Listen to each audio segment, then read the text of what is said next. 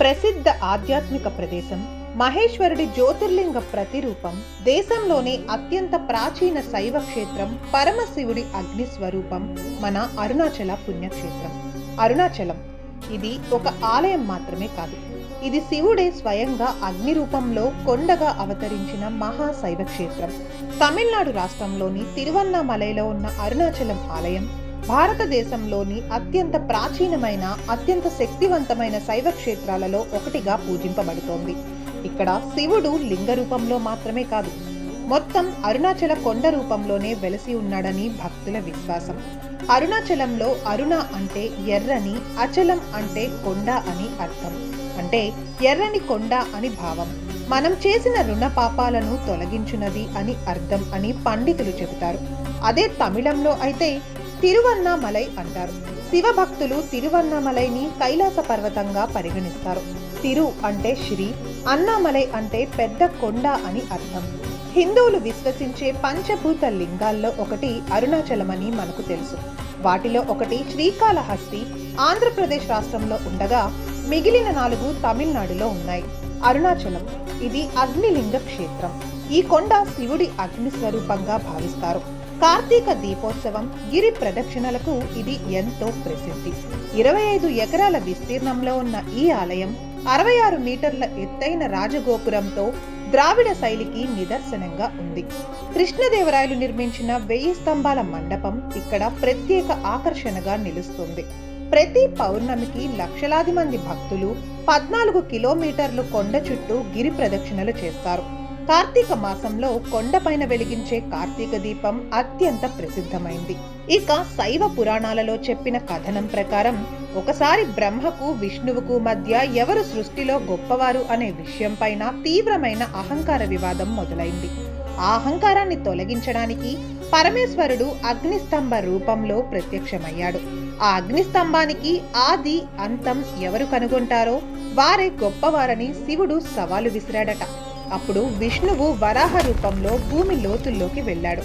బ్రహ్మ హంస రూపంలో ఆకాశానికి ఎగిరాడు.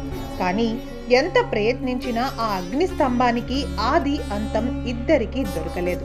అప్పుడు శివుడు తన అసలైన స్వరూపాన్ని వారికి చూపించి ఆ అగ్ని స్తంభమే భూమిపై అరుణాచల పర్వతంగా స్థిరపడిందని ప్రకటించాడు.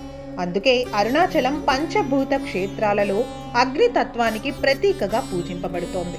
అరుణాచలేశ్వరుని జ్యోతిర్లింగ స్వరూపం కావడం వల్ల, ఈ గిరి చుట్టూ ప్రదక్షిణ చేయడం వల్ల సాక్షాత్తు శివుని చుట్టూ ప్రదక్షిణం చేసినట్టేనని చాలా మంది నమ్మకం. అరుణాచలం క్షేత్రంలో పగలు రాత్రి సంధ్యా సమయం ఎర్రని ఎండలో భారీ వర్షం కురుస్తున్నప్పటికీ చలికి గజగజ వణుకుతూ నిత్యం ఎవరో ఒకరు గిరి ప్రదక్షిణం చేస్తూనే ఉంటారు. ఎవరైతే పాదరక్షలు లేకుండా శివనామస్మరణ చేస్తూ ప్రదక్షిణలు చేస్తారో వారికి ఎంతో పుణ్యం దక్కుతుందని చాలా మంది విశ్వాసం. అరుణాచల గిరి ప్రదక్షిణం చేసేవారికి మోక్షం లభిస్తుందని, కోరిన కోరికలన్నీ నెరవేరుతాయని చాలా మంది నమ్ముతారు. మరీ ముఖ్యంగా పౌర్ణమి రోజున నిండు పున్నమి వెన్నెల్లో గిరి ప్రదక్షిణ చేయడం వల్ల జీవితంలో అనేక ప్రయోజనాలు కలుగుతాయని చాలా మంది నమ్మకం. గిరి ప్రదక్షిణం చేసేవారు ఖచ్చితంగా పాదరక్షలు లేకుండా వెళ్ళాలి. బరువులు ఎక్కువగా ఉండే బ్యాగులను తీసుకు వెళ్ళకూడదు. ఎందుకంటే గిరి ప్రదక్షిణం మొత్తం 14 కిలోమీటర్లు ఉంటుంది. ఎక్కువ మంది పౌర్ణమి రోజే గిరి ప్రదక్షిణం చేస్తారు. మిగిలిన భక్తులు ప్రతిరోజు గిరి ప్రదక్షిణలు చేస్తారు.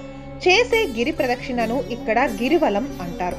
ఇది సాధారణ నడక కాదు, ఇది ఒక ఆత్మ యాత్ర. ప్రతి అడుగు మన అహంకారాన్ని విడిచిపెట్టి శివుడికి దగ్గరవుతున్న అడుగు. అమావాస్య, పౌర్ణమి, ముఖ్యంగా మహాశివరాత్రి రోజుల్లో వేలాది మంది భక్తులు కాలినడకన గిరి ప్రదక్షిణలు చేస్తూ ఓం నమశివాయ నామస్మరణ చేస్తారు. అరుణాచలం ఆలయానికి దేశం నలుమూలల నుండి భక్తులు వస్తుంటారు. ఇక్కడికి వచ్చే భక్తుల్లో తెలుగు రాష్ట్రాల నుండి వచ్చేవారి సంఖ్య ఎప్పటికీ ఎక్కువగానే ఉంటుంది. ఇప్పుడు తెలుగునాట అరుణాచలం పేరు చాలా మారుమోగుతోంది. దీనికి కారణం ఏంటి అంటే, తెలుగు ప్రజల సంస్కృతిలో శివశక్తి, శివభక్తి ఒక జీవన విధానం. శ్రీశైలం, శ్రీకాళహస్తి, ద్రాక్షారామం వంటి పవిత్ర శైవ క్షేత్రాలు తెలుగువారి ఆధ్యాత్మిక జీవితంలో అవిభాజ్య భాగాలు. అలాంటి శైవ సంప్రదాయంలోనే అరుణాచలం కూడా తెలుగు భక్తుల మనసుల్లో ఒక ప్రత్యేక స్థానం సంపాదించింది. భక్తి ఛానళ్లు, ప్రవచనకారుల ప్రసంగాల్లో, ముఖ్యంగా సోషల్ మీడియాలో అరుణాచలం గురించి చర్చ లేకుండా ఉండదంటే అతిశయోక్తి కాదు. ఈ మధ్య అరుణాచల క్షేత్రం తెలుగువారితో నిండిపోయిందని ఎన్నో వార్తలు కూడా చూశాము. ఈ మధ్య తెలుగువారికి అరుణాచలం గురించి తెలిసిందని ఎక్కువ మంది నమ్ముతారు. కానీ తెలుగువారికి ఆ క్షేత్రం గురించి చాలా ఏళ్ల క్రితమే తెలుసు. 20వ శతాబ్దంలో ప్రసిద్ధ సాధువు రమణ మహర్షి ఇక్కడ తపస్సు చేసి అరుణాచల కొండ దిగువన రమణాశ్రమాన్ని నెలకొల్పారు. రమణ మహర్షి మీద భక్తితో దశాబ్దాల క్రితమే తమిళనాడులోని తిరువన్నామలైకి వెళ్లి అక్కడే స్థిరపడ్డ వేలాది తెలుగు కుటుంబాలు ఇప్పటికీ కనిపిస్తాయి.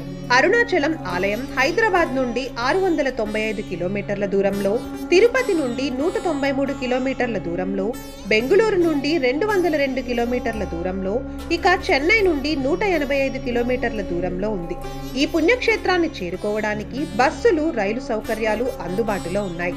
మహాశివరాత్రితో పాటు అరుణాచల ఆలయంలో బ్రహ్మోత్సవాలు కూడా అత్యంత వైభవంగా నిర్వహిస్తారు. ఇక్కడి భక్తి చూపులతో కాదు, అనుభూతులతో ఉంటుంది. ఈ ఉత్సవాలు భక్తుల హృదయాలలో శివభక్తిని మరింత బలంగా నాటుతాయి. అరుణాచలం ఒక ఆలయం కాదు, ఇది ఒక జీవంత శైవ క్షేత్రం. ఇక్కడికి వచ్చిన భక్తుడు ఖాళీ చేతులతో తిరిగి వెళ్ళడు. ఎవరైనా సరే మనసుకు ప్రశాంతతను, ఆత్మకు వెలుగును తప్పకుండా పొందుతారు. ఎందుకంటే అరుణాచలం మౌనంగా మనకిచ్చే సందేశం ఒక్కటే: శివం సత్యం, శివం శాంతం, శివమే సర్వం.